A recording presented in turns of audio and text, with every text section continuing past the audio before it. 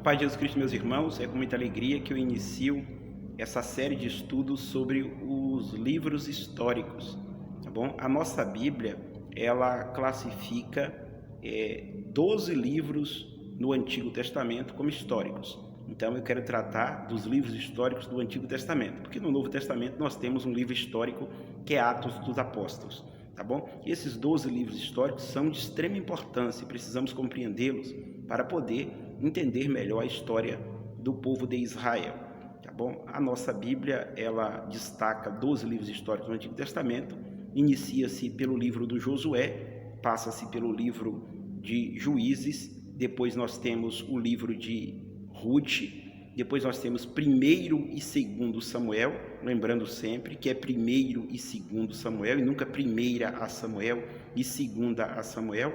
Logo em seguida nós temos o livro de 1º Reis e 2º Reis, frisando também que é 1º e 2º Reis e não 1ª e 2ª Reis, que não existe, tá bom? E logo mais nós temos 1º e 2º Crônicas, que também frisando é 1º e 2º Crônicas e não 1ª e 2ª as Crônicas, tá bom? Logo mais, depois de Crônicas, nós temos Esdras, Neemias e Esté, totalizando assim um total de 12 livros históricos. E é muito importante esses livros porque nós vamos observar nesses livros a transição de liderança de Moisés para Josué.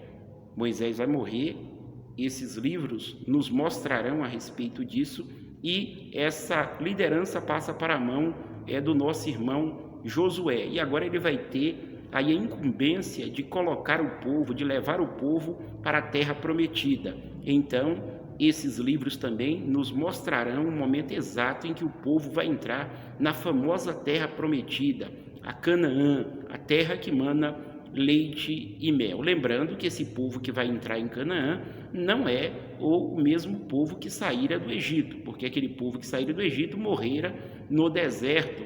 Essa é uma nova geração, são os filhos daqueles povos ou daquele povo que saiu do Egito, tá bom? Então uma nova geração vai entrar em Canaã.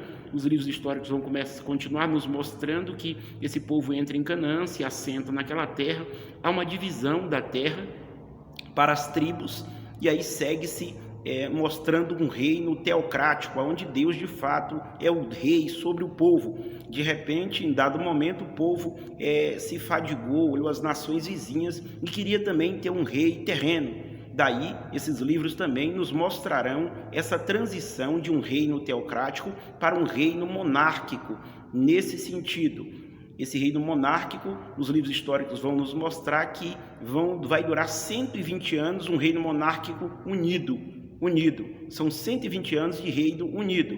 E aí depois nós temos o reino dividido. Então são 120 anos de reino unido, basicamente 40 anos com Saul, 40 anos com Davi e 40 anos com o rei Salomão. Depois que Salomão morre, os livros históricos vão nos mostrar que esse reino passa para a mão de Roboão. E aí o reino vai se dividir em duas partes, assim sendo o reino do norte, conhecido também como o reino de Israel, e reino do sul, que também é conhecido como o reino de Judá. Então mostra também essa divisão de reino que outrora era unido. Não só isso, os livros históricos também vão nos mostrar que quando o reino se divide, se torna ainda mais fraco. E logo mais, o reino do norte, a parte do norte, ou Israel, como você queira, ela vai cair na mão dos assírios. Passa-se um bom período, porque isso acontece no século 7 a.C., depois, no século 6, começa o reino do sul ter investidas também, logo mais vai cair. Tem uma investida no século 6, depois tem mais 2 investidas no século 5, e aí o reino do sul também vai cair. E os livros históricos vão nos mostrar isso, e vai nos mostrar esse povo indo para o cativeiro.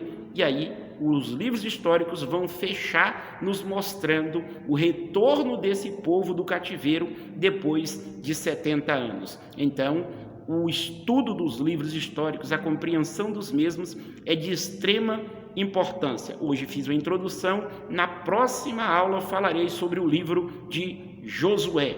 Deus abençoe a todos e fiquem todos na paz do Senhor Jesus.